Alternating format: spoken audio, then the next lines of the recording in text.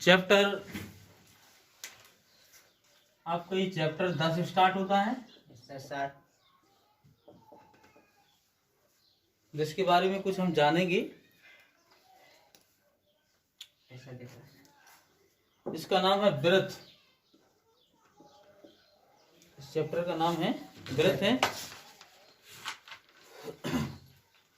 तो व्रत क्या होता है,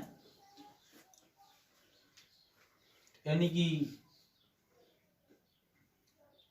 एक किसी बिंदु को हम केंद्र मान करके कोई एक निश्चित त्रिज्या लेकर के यदि हम एक चारों तरफ उसको घुमा दें तो एक किसका निर्माण होता है, तो इसकी जो मध्य में जहां पर हम इसको बिंदु मानते हैं, मध्य बिंदु, वो केंद्र होता है।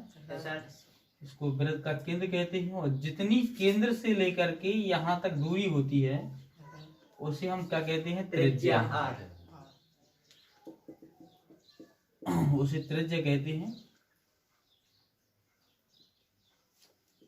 अंग्रेजी में रेडियस बोलते हैं, जिससे आर से प्रदर्शित करते हैं इसको, ठीक है। और ये केंद्र होता है, इसको ओ से प्रदर्शित करते हैं।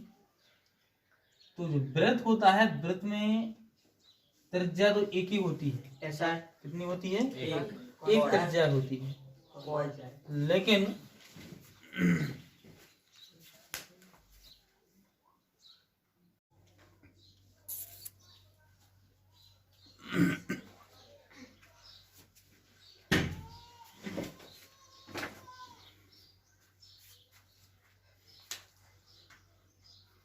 ये त्रिज्या होती है, रेडियस कहते हैं। और त्रिज्या प्रत्येक वृत्त में एक ही होती है।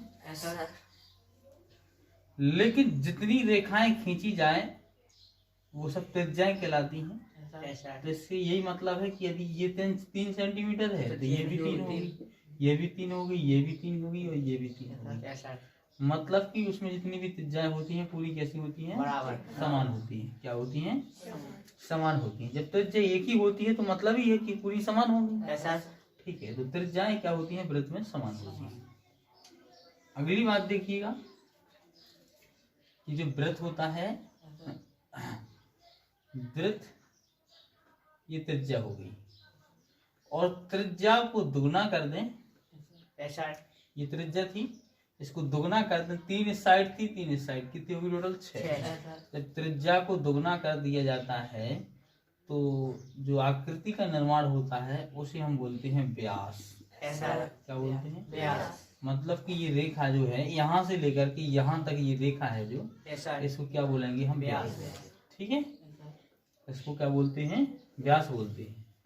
अब रही बात कि ये जो वृत्त होता है, वृत्त में ये केंद्र होता है। वृत्त में कोई भी रेखा खींच दी जाए इस पार से उस पार, ठीक है, कोई भी रेखा खींच दी जाए इस पार से उस पार, वो पूरी रेखाएं जो होती हैं उन पूरी रेखाओं को हम, कोई आधी रेखाएं होती हैं, आधी रेखाओं को क्या कहते हैं? त्रिज्या। और कोई भी रेखा खींच दो इस पार से उस पार, उस प्रत्येक रेखा को बोलते हैं हम क्या? जीवा। क्या बोलते हैं? जीवा। राइट। कोई भी रेखा इस साइड से उस साइड खींच दो, उसको क्या कहेंगे हम? जीवा कहेंगे। लेकिन इसमें जितने किनारे पे खींचोगे वो जीवा कैसे होगी? छोटी। और दूर अंदर खींचोगी तो और बड़ी, और अंदर खींचोगी और बड़ी, और अंदर खींचोगी और बड़ी, और अंदर खींचोगी और बड़ी, बीच में खींचोगी तो वो सबसे बड़ी, ठीक है। तो जो सबसे अंदर आप खींच रहे हो, सबसे बीच में जो केंद्र से निकल रही है जीवा, वो सबसे बड़ी होगी। तो उस सबसे बड़ी वाली जीवा को ही हम क्या कहते हैं? व्यास। तो क्या व्यास एक जीवा है कि नहीं? ऐसा है ना? तो क्या सभी जीवाएं व्यास हैं? क्योंकि चाहे वो केंद्र से होकर नहीं जाता। सभी जीवाएं व्यास नहीं है। तो क्या व्यास जीवा हो सकता है? 1 मिनट। हाँ, व्यास तो जीवा है, लेकिन सभी जीवाएं व्यास नहीं है। क्योंकि व्यास तो उसे कहेंगे जो केंद्र से होकर जाए, राइट। तो वृत्त में सबसे बड़ी जीवा कौन सी है? व्यास। व्यास, ठीक है। पूरी त्रिज्या कैसी होती है? समान। Yes sir. त्रिज्या होगी, व्यास हो गया, जीवा हो गई। अब ये जो राउंड है ये चारों तरफ है, यस सर। ये इसको बोलते हैं हम परिधि। क्या बोलते हैं? परिधि। परिधि। ये रेखा है ना चारों तरफ, यस सर। इस रेखा को क्या बोलते हैं? परिधि। इसके बीच में एक केंद्र होता है, इस आधे हिस्से को क्या बोलते हैं? त्रिज्या। Yes sir. पूरे को मिला करके व्यास कहते हैं। Yes sir. इसमें कहीं से भी रेखा खींच दो उसको क्या बोलते हैं? जीवा। जीवा बोलते हैं। ठीक है, आगे देखिए, ये व्रत है, नहीं है ये व्रत, अंडा है ये। माना कि ये व्रत है, यस सर। अगर हम इससे एक ऐसी रेखा खींच दें कि स्पर्श करती जाए, छुपती जाए खाली, यस सर। तो इसको बोल देते हैं हम स्पर्श रेखा। Yes sir. क्या बोलेंगे? Yes sir. एक ऐसी रेखा खींच दो कि इसको छेदती जाए, छेदती जाए तो उसको क्या बोलेंगे? छेदक रेखा। Yes sir. छेदक रेखा। ठीक है, यस सर। जो छेदती चली जाए आर पार उसको क्या बोलेंगे? और जो स्पर्श करती जाए उसको स्पर्श। क्या बात है। रही बात, कोई व्रत है ये, एक बिंदु है, यस सर। एक बिंदु से एक स्पर्श रेखा निकल गई, यस सर। तो क्या दो निकल जाए? नहीं, नो सर। एक बिंदु से एक ही स्पर्श रेखा निकल गई। Yes sir. तो क्या व्रत पे एक ही स्पर्श रेखा खींची जा सकती? क्या नहीं सर। नहीं? एक इधर भी खींच जाए, यस सर। एक इधर भी खींच जाए, यस सर। तो क्या और नहीं खींचेगा? और भी खींच जाए तो और नहीं खींचेगा, यस सर। और खींच जाए, मतलब अपरिमित रूप से अनेक खींच सकती हैं। Yes sir. स्पर्श रेखाएं कई खींच सकती हैं। Yes sir. छेदक रेखा जो होती है वो वृत्त को कितने बिंदुओं पर छेदती है? दो बिंदुओं पर। दो, एक तो इधर छेद रही, और एक यहाँ पर। एक यहाँ पर छेद रही। ठीक है, अच्छा, ये तो आपको वृत्त के बारे में बेसिक समझ है। Yes sir. इस अध्याय से हम क्वेश्चन भी हल करेंगे और साथ ही साथ में इससे कुछ प्रमेय पूछे जाते परीक्षा में। Yes sir. क्या पूछी जाती है? प्रमेय। प्रमेय।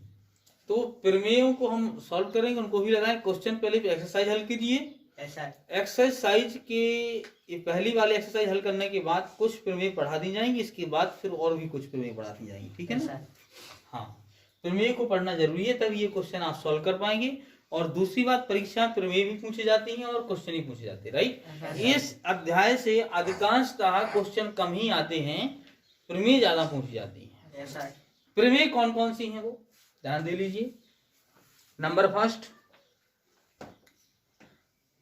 वृत्त के केंद्र से जीवा पर डाला गया लंब जीवा को समद्विभाजित करता है। एक Yes, प्रमेय, इस चीज को आपको सिद्ध करके बताना है, प्रूव करके। एक पहला प्रमेय। Yes sir. दूसरा, सिद्ध कीजिए कि वृत्त के केंद्र और जीवा के मध्य बिंदु को मिलाने वाला रेखाखंड जीवा पर लंब होता है। Yes sir. दो प्रमेय। तीसरा प्रमेय, सिद्ध कीजिए कि वृत्त के बाह्य बिंदु से खींची गई दो स्पर्श रेखाओं की लंबाइयां बराबर होती हैं। Yes sir. कितनी प्रमेय हो गई? 3। अगली प्रमेय, सिद्ध कीजिए पी इंटू पी बराबर पी टी स्क्वायर। कितनी हो गई? 4। ठीक। Yes sir. इस प्रकार से हम इन प्रमेयों को सॉल्व करेंगे, यस सर। उनको लगाएंगे, सिद्ध करेंगे और वो परीक्षा में आपकी पूछी जाएगी। निश्चित है कि एक प्रमेय आएगी, गारंटी है। Yes sir. 4 में से सर। हाँ बिल्कुल, 4 में से एक प्रमेय आएगी यस पक्का। सर। 2 आ जाए तो कह नहीं सकता, एक तो आएगी और आएगी। साथ ही में इनको पढ़ने बगैर अपने क्वेश्चन सॉल्व नहीं हो सकते हैं। Yes sir. तो सबसे पहले एक्सरसाइज निकालते हैं हम।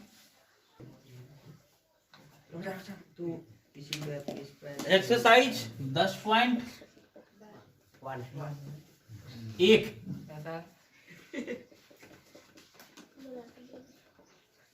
10.1। Yes sir. पहला क्वेश्चन है, एक वृत्त की कितनी स्पर्श रेखाएं हो सकती हैं? Yes sir. तो आपको भी बताया गया था कि ये वृत्त है, इससे एक स्पर्श रेखा, 2 2 3 3 4 4 5 6 इसका मतलब 6 हो सकती क्या? नहीं सर। अब इसे बड़ो वृत्त हुई है तो यस सर। रेखाएं हल्की हल्की हुई हैं तो यस सर। और बड़ा होगा तो यस सर। मतलब इससे कितनी हो सकती है? अपरिमित रूप से अनेक। Yes sir. तो पहले का उत्तर क्या हो जाएगा? अपरिमित अपरिमित रूप से अनेक। रूप से अनेक।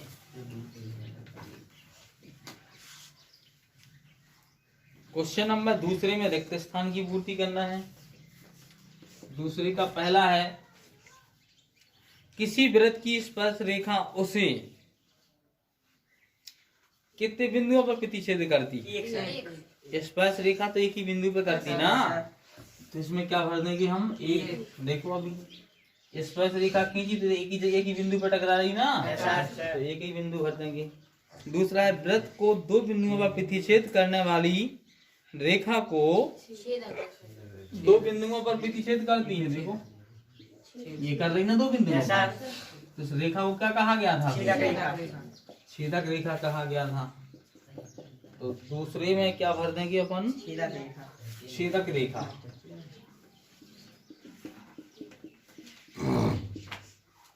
तीसरा, वृत्त की एक वृत्त की खाली स्थान समांतर स्पर्श रेखाएं हो सकती हैं। कितनी हो सकती हैं? समांतर और स्पर्श रेखाएं।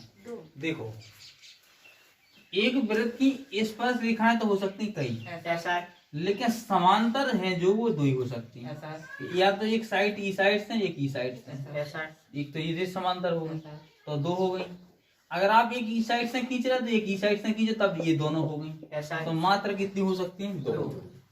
अगर आप चाहो कि ये वृत्त है एक ई साइड खींच तो एक ई साइड, तो 2 तो होगी समांतर। Yes sir. अगर आप तीसरी खींचने की कोशिश करोगे तो ये समांतर नहीं कहलाएगी, ठीक है ना? Yes sir. इसने इसको काट दिया तो ये समांतर थोड़ी। यस तो सर। कितनी हो सकती हैं? 2। 2 समांतर रेखाएं हो सकती हैं। अगला है, वृत्त तथा उसकी स्पर्श रेखा के उभयनिष्ठ बिंदु को, ठीक है, वृत्त तथा उसकी स्पर्श रेखा, देखिए वृत्त है और उसकी क्या है? स्पर्श रेखा है, उसके बिंदु को क्या कहते हैं?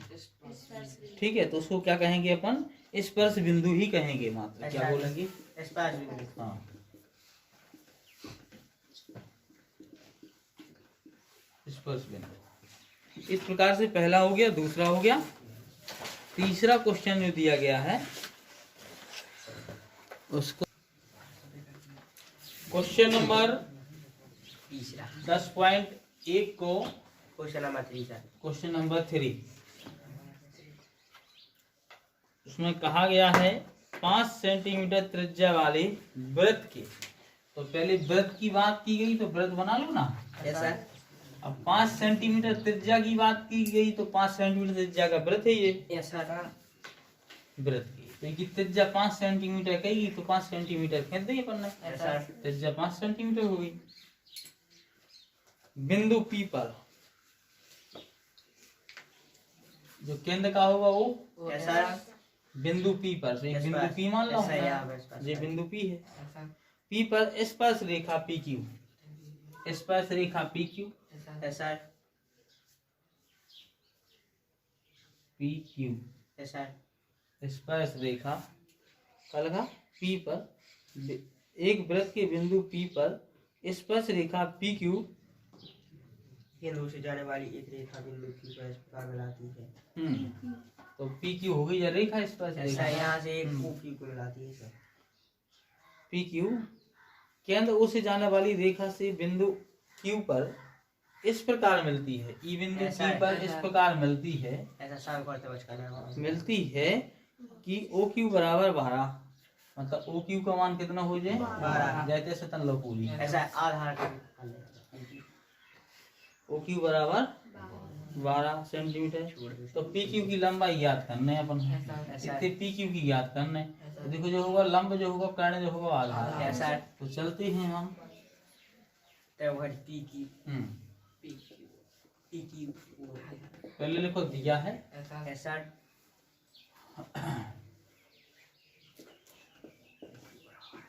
वृत्त की त्रिज्या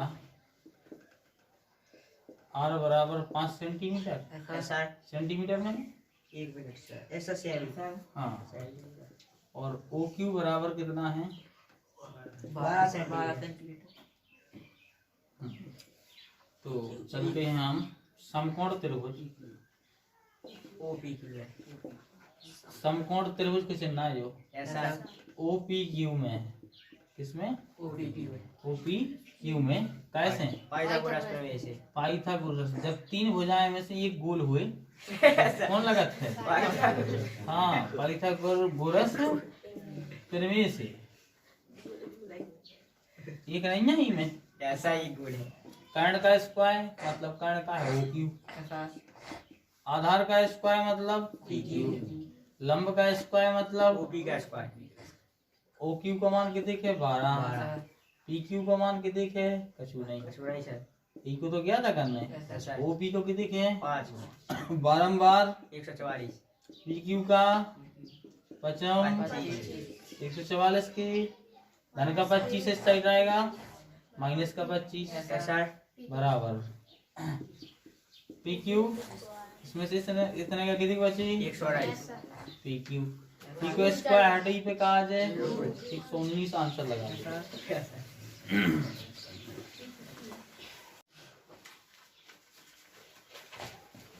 क्वेश्चन नंबर 4, एक वृत्त खींचिए। तो हमने खींच दिया, हमने कहा हमने खींचा। अब वो कह रहे हैं कि एक दी गई रेखा के समांतर, मतलब एक रेखा देगी वह समांतर है, तो हमने क्या खींच दी? खींच दी। किस समांतरी को नाम दे दो का? LM। किस समांतर दो ऐसी रेखाएं खींचिए इनके समांतर कि उनमें एक स्पर्श रेखा हो और दूसरी छेदक रेखा हो। तो खींच दी सुझा होगी स्पर्श, क्या का होगी? छेदक हो गई। लोग PQRS हो गया सर। हो गया। ये वृत्त का केंद्र है।